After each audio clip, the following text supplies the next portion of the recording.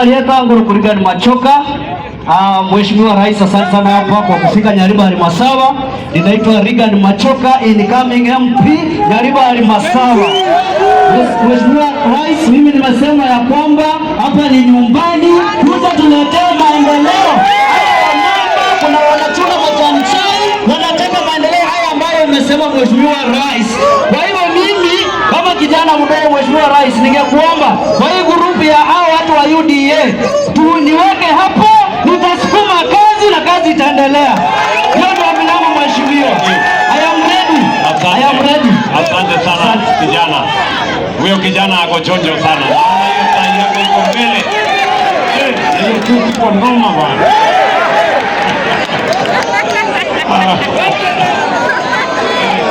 Sasa watu wa Masimba, si mnajua hapa sasa nimeambia hao watu